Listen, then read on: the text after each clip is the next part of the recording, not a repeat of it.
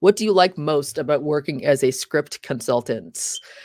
I love coming up with stories. I love writing treatments. I like coming up with the ideas. I like plotting things, whether that's comic books or video ideas or something in the audio format. I love being able to figure out what's the long-term storyline, where's this going across different seasons or series, across different platforms. I love coming up with all of that.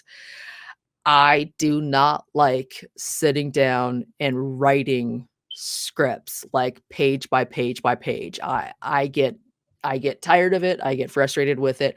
I'm actually very fast at it, like, I've chugged out 20, 30-page scripts in, a day or 2. Like, I can do it very quickly, but I don't like getting caught up in the minutia. I like coming up with the story, I like writing treatments.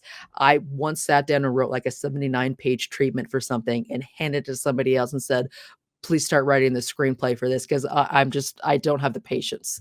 So, I'm good at it, but I don't like it. So, being a script consultant or a script doctor or, just assisting people with their screenplays, I like that so much because I get to do all of the things that I like, but I am not the one who has to sit down and literally line by line by line by line write the entire screenplay because I lose my patience with it. Although I do end up doing it quite a lot. I would much, much prefer coming up with the idea, laying it all out, writing a treatment, writing summaries. I mean, I could write, you know, a 30, 40, 50-page treatment that's only a 10-page script because I'll put all of the extra information in there. I just get bored and I don't want to write the actual screenplay. So yeah, I love working as a script consultant or a script doctor, talking to people about their stories, helping them with structure, helping them with plot, with characters, with dialogue, with action, getting to work on all of that. I just love as long as I'm not the one who has to do it. That's that's really about it. All right. What is a time you were over your head on a project? Hmm.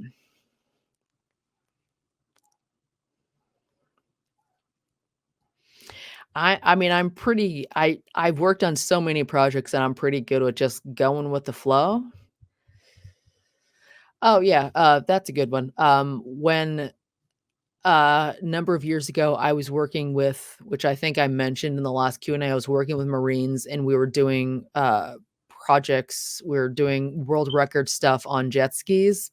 And so, yeah, jet skis, boats in and out of marinas, up and down the East Coast. It was a pretty big project. And we were slowly building up momentum on the project. We were getting more interviews, we were getting more television coverage, we were doing bigger and longer rides. The team was slowly growing. We were doing a lot of stuff in New York, in and out of hospitals, talking to different wounded veterans, getting people pumped up. And there were moments where I'd have like little mini panic moments where, something would happen. I'd be like, oh, I don't know if I'm qualified to do this. But, you just always push ahead, always learning, always asking questions. I was in Washington, D.C. at the time, and there's a lot of different production companies and like headquarters for different shows. Like Discovery is based there, and a lot of different things were all based there. And we did actually have a couple meetings with Discovery. We had reached out to Red Bull a couple of times, so all of that stuff was just very much a learning process. But I would say we were contacted, or we were somehow put in touch with one of the local broadcast channels. I want to say that it was Cox, but I could be wrong about that. And we went into the meeting, and we had been having a lot of meetings with production companies because I was the only media person on the team, and I was getting as much content as I could with as many cameras and microphones and doing interviews and filming, putting, cameras on jet skis and putting cameras on boats and filming as much as we could. But if we were really going to kind of take us to the next level, we really needed a full production crew. So we had been interviewing with lots of different production companies, seeing if we could get one of them interested. And we were going to use the production company to help get us distribution. Well, we had this meeting, I think it was with Cox for one of the local, for like that region, somewhere vaguely in the DC/Northern Virginia area.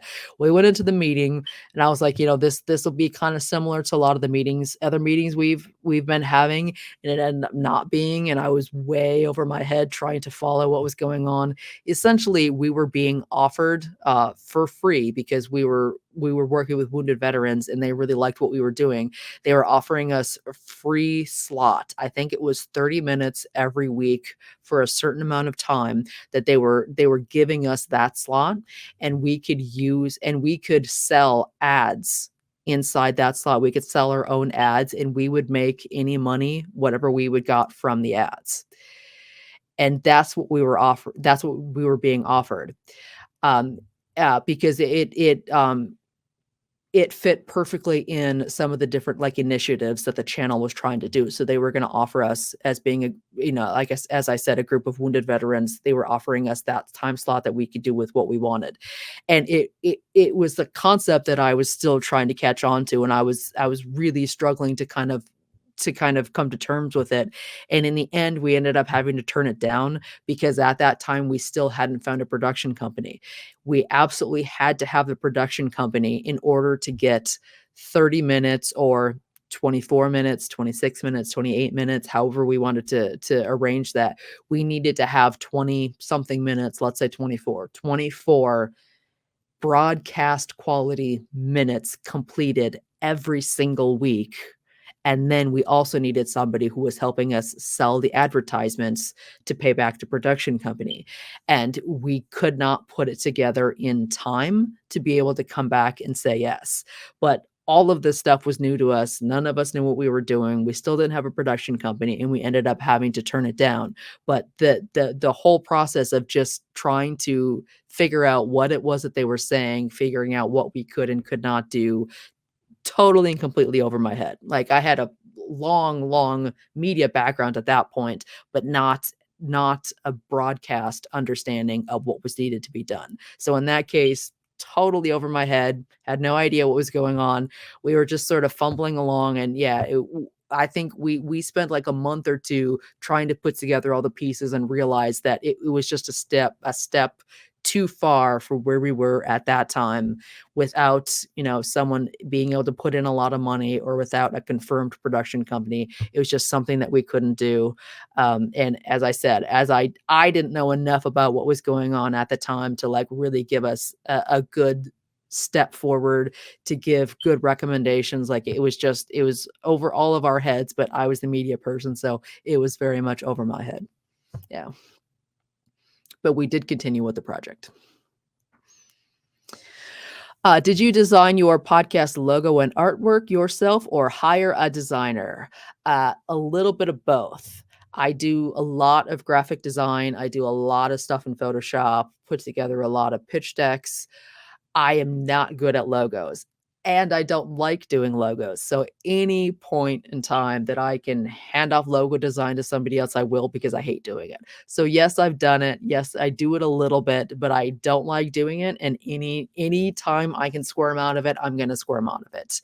Other stuff, other artwork, other graphic design, I do quite a lot of. Logos, yeah, I've done a few and they're never very good. So I avoid it as much as possible because I don't like seeing it. I don't like doing it. I don't like embarrassing myself. So yeah, I get out of it whenever I can.